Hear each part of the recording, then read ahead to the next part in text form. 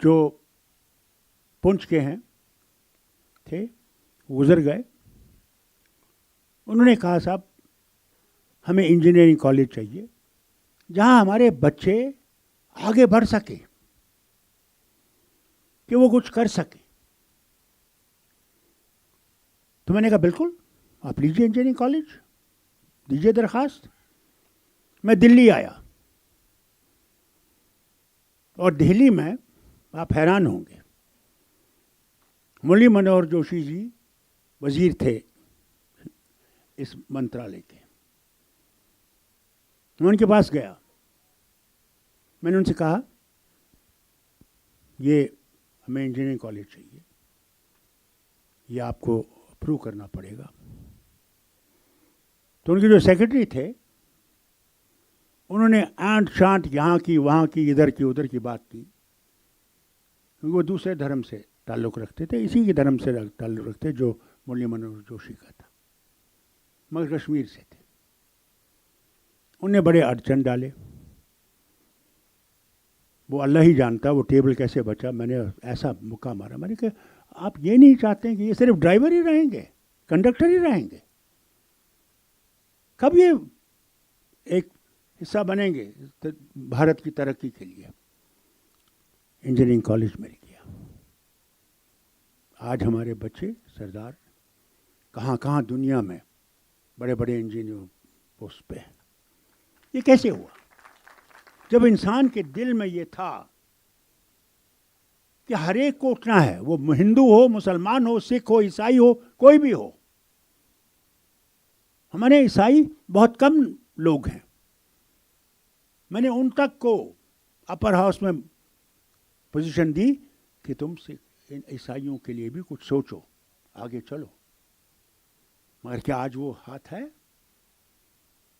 آج تو حالت یہ بنی ہے, ہم کتنا ہی 350 سال ملا ہے گرو تیغ بہادر جی کا, مگر حالت دیکھیں نا ہمارے بھارت کی ہے کیا؟ کیا ہم انسان ہیں؟ ہم انسان کی طرف سوچتے ہیں؟ نفرتوں سے بھرا ہوا ہے,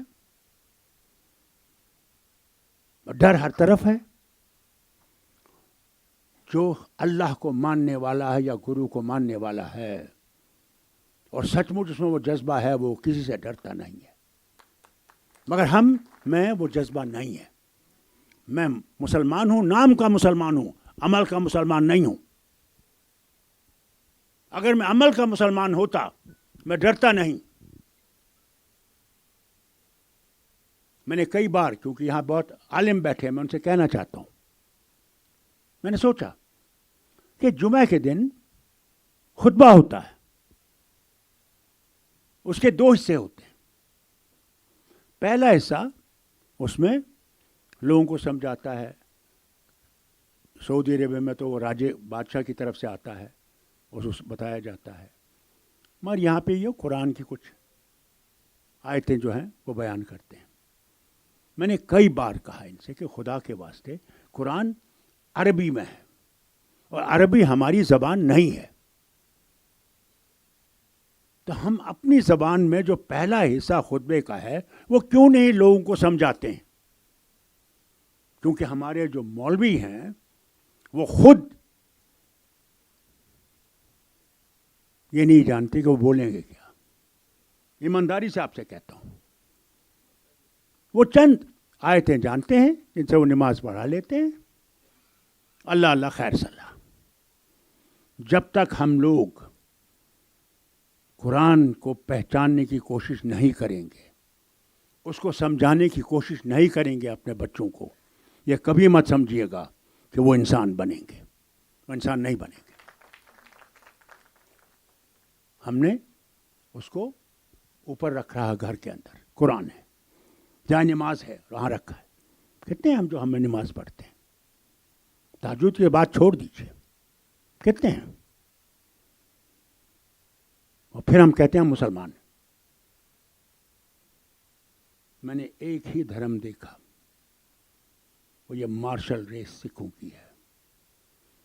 میں نے مسلمانوں کو بھیک مانگتے دیکھا ہے,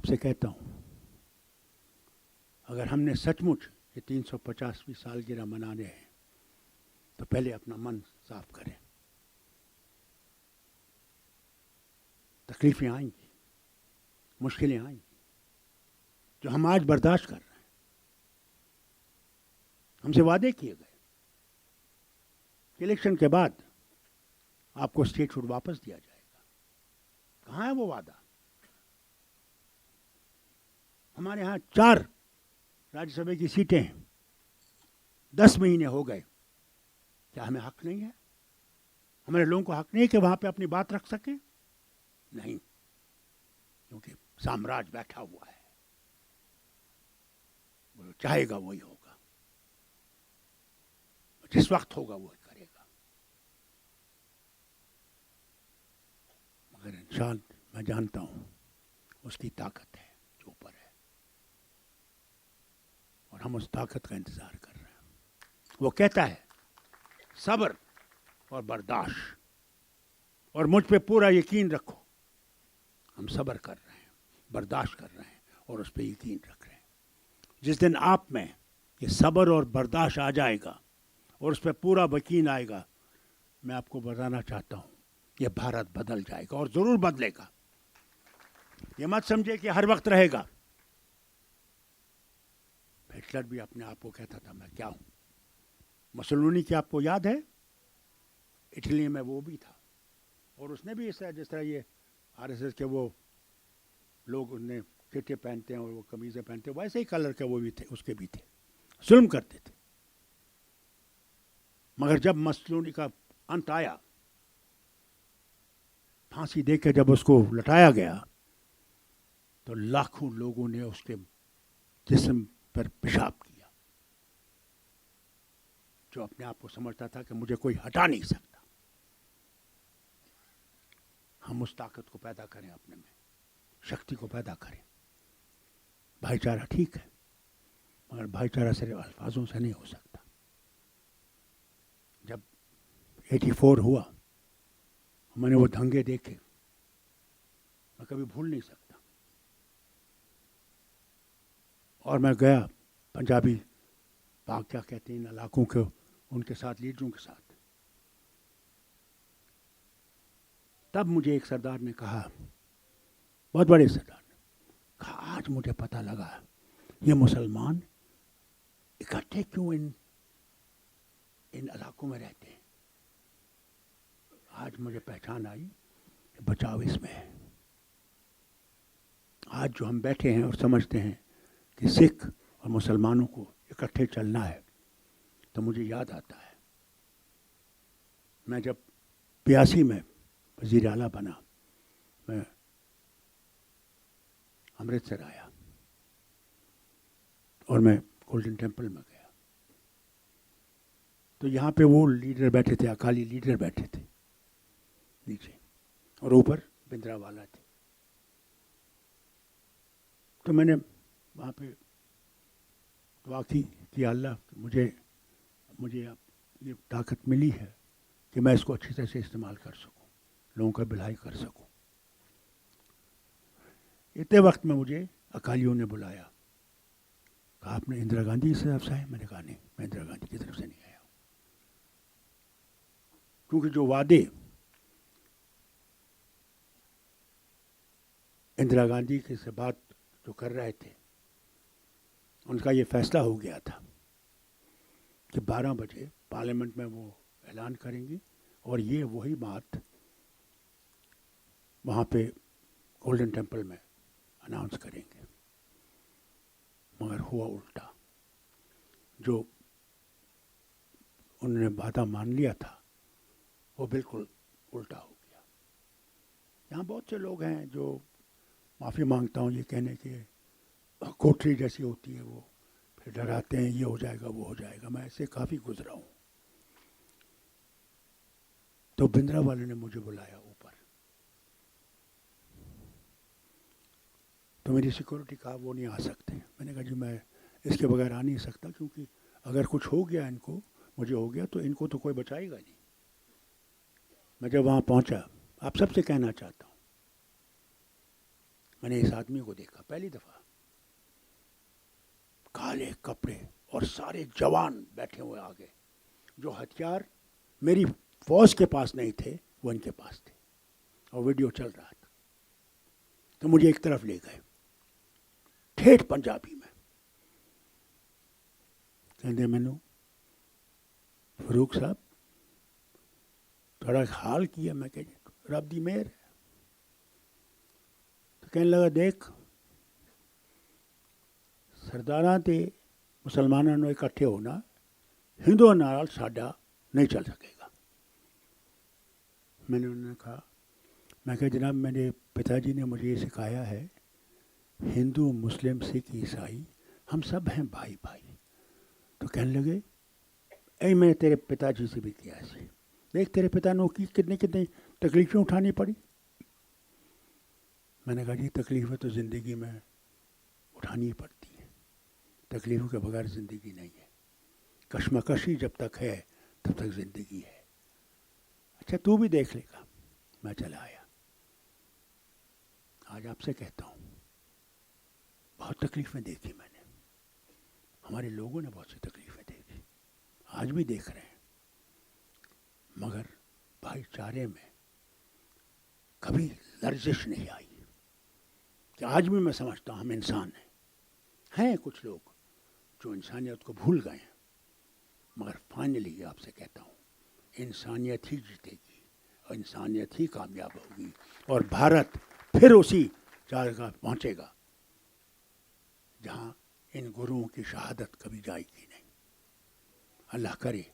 میں ہر روز اللہ سے مانگتا ہوں یا اللہ مجھے زندگی دے کہ میں وہ دن دیکھ سکوں، اس سے پہلے نہ لے جانا، کہ میں پھر سے اس بھارت کو دیکھوں جہاں کسی کو کسی کا ڈر نہیں رہے، کہ میری بہن میرا بھائی میرے بچے آزادی سے چل سکیں اور کوئی ان سے نہ پوچھے تم کون ہو کہاں سے ہو، بلکہ یہ کہے آپ بھارتی ہیں نا. ہاں اللہ کرے وہ دن آئے. بہت بہت شکریہ آپ کا. ملت ٹائمز آپ کے لیے لے کر آیا ہے سبسکرپشن پروگرام. ڈسکرپشن میں موجود لنک پر کلک کریں یا یہاں دیا گیا QR کوڈ اسکین کریں، جس کے بعد ایک پیج کھلے گا جہاں آپ 99 روپے کا یا کوئی دوسرا پلان چن سکتے ہیں. پھر سبسکرائب ناؤ پر کلک کریں، اس کے بعد اپنا ای میل، فون نمبر اور نام درج کریں اور پروسیڈ پر جائیں. ایک نیا پیج کھلے گا جہاں آپ کو اپنا UPI ID ڈالنا ہے. پھر فون پے، گوگل پے یا پے ٹی ایم پر جائیں اور وہاں جو نوٹیفیکیشن آیا ہے اس کو اوکے کر دیں. بس آپ بن جائیں گے ملت ٹائمز کے سبسکرائبر اور خصوصی ممبر.